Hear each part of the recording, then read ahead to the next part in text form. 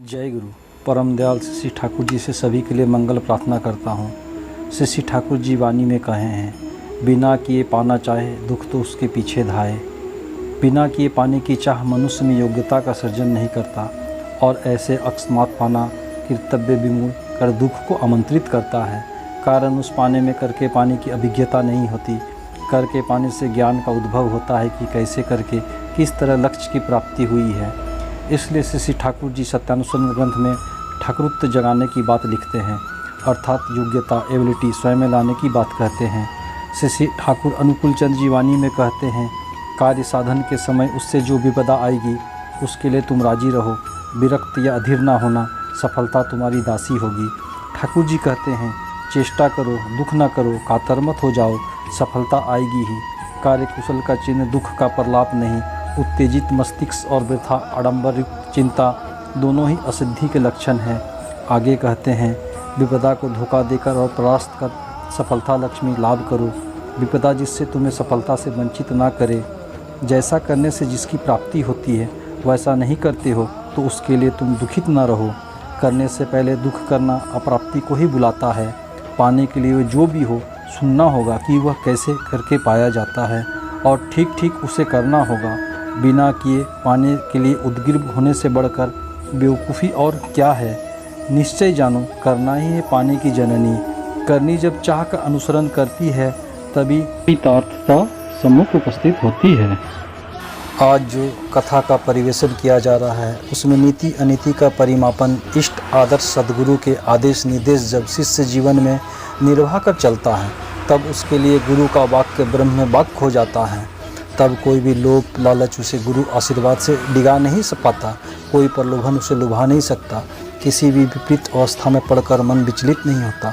उसका एकमात्र लक्ष्य रहता है इष्ट आदर्श की रक्षा करते हुए चलना। यह इष्टमुखी चलन उसे अनिष्टमुखी नहीं होने देता। फलस्वरूप उसमें सरल साधुता का चरम कौशल आयत होता है। ठाकुर जी वाणी में कहते हैं, honesty is the best policy. और आज का कथा का शीर्षक है, नोट भरा सूटकेस। युग पुरुषोत्तम श्री ठाकुर अनुकूल चंद्र जी अपनी जन्मभूमि अविभाजित भारतवर्ष के बंगाल प्रदेश के पाबना जिले के हिमायतपुर गांव को छोड़कर बैद्यनाथ धाम देवघर बिहार आ चुके हैं। 1946 ईस्वी का अंतिम महीना है, संध्या का समय है। दो भक्त श्री यतीन दास दा एवं श्री निर्मल सेन गुप्त कलकत्ता प्रस्थान करने के पूर्व अपने परमाराध्य श्री ठाकुर से याचना कर रहे हैं उनकी अनुमति की। अब तक जगत पूज्य परम पावन अखंड आर्यावर्त का विभाजन नहीं हुआ है। श्री ठाकुर अपनी जन्मभूमि हिमायतपुर के विषय में कुछ आवश्यक सुझाव दे रहे हैं।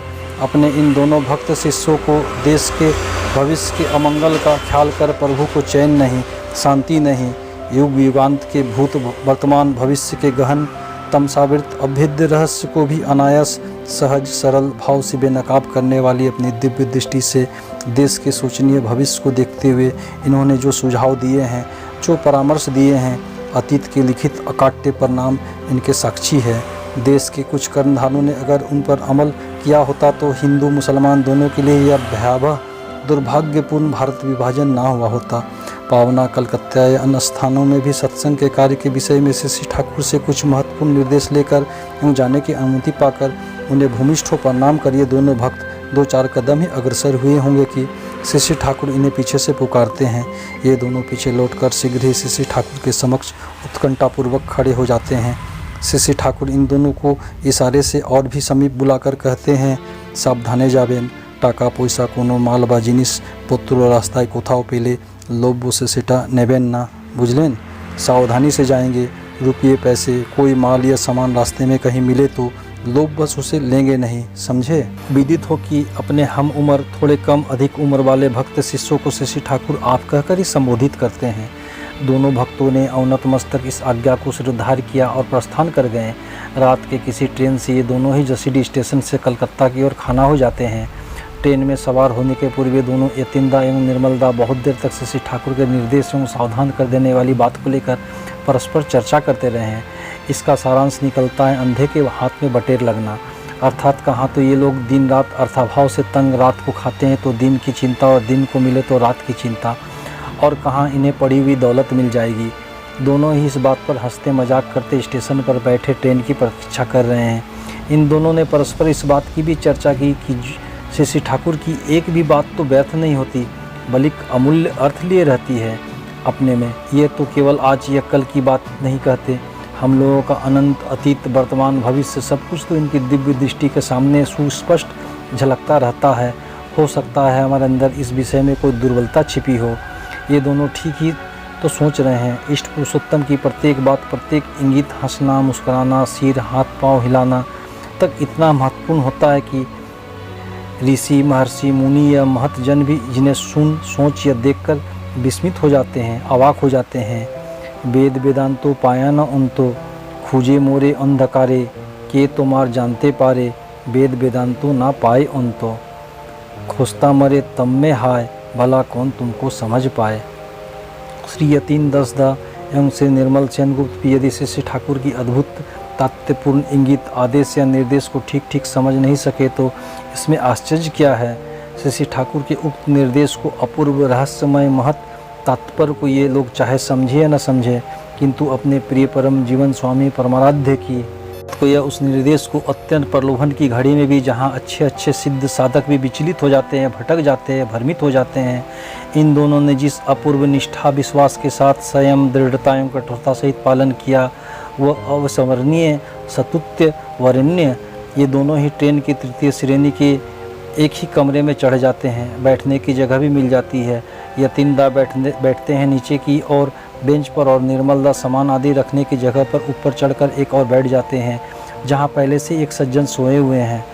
चूँकि उस उक्त सज्जन को अगले ही किसी स्टेशन पर उतर जाना है, इसी से निर्मलदा ने बुद्धिमानी की बात सोची कि पहले ही इस पर अधिकार जमाए रखे और जगह खाली होते ही उस जगह पर अपनी चादर तान ले एवं आराम से सोए हावड़ा जंक्शन पहुंच जाएं।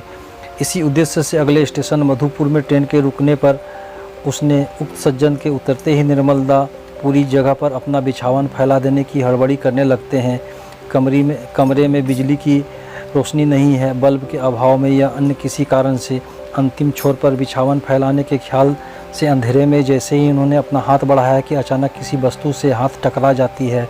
क्षण भर की भी देर निर्मलदा को ये समझने में नहीं लगती कि जिस वस्तु से हाथ टकराई है वह और कुछ भी नहीं, एक सूटकेस है। कौतूहलवश इन्होंने तुरंत अपनी टॉर्च लाकर देखा तो अवाक रह गए। कपड़े की कवर लगे चमड़े की उस सूटकेस पर ताला यूं ही झूल रहा है, लगा नहीं है। इन्होंने झटपट सूटकेस को खोल भी दिया। इसके खुलते ही निर्मलदा की छाती बड़ी तेज़ी से धड़कने लगती है। इन्हें अपने आँखों पर विश्वास नहीं हो रहा है, आंखें विस्मय से फटी रह जाती है। पूरा सूटकेस रुपयों के बंडलों से भरा पड़ा है, जिनमें अधिकांश 100 के ही नोट है, जो कि इन्होंने बाद में देखा। तत्क्षण निर्मलदा धीरे से आवाज़ देकर यतीनदा को नज़दीक बुलाते हैं। यतीनदा भी इसे देखकर अवाक हो जाते हैं। ट्रेन की उस डिब्बे में रात में अधिकांश लोगों को इस अद्भुत कांड की गंध तक नहीं मिलती है। कारण बड़ी ही सतर्कता, धीरता, संयम से ये दोनों ही इस विषय पर निरख परख रहे हैं। इन्हें विशेषकर निर्मलदा को यह समझने में थोड़ी भी असुविधा नहीं होती कि यह सूटकेस मधुपुर स्टेशन पर उतरने वाले उक्त सज्जन का ही है, जिन्होंने खाली की हुई जगह पर सोने के लिए इन्होंने अपनी चादर फैला रखी है।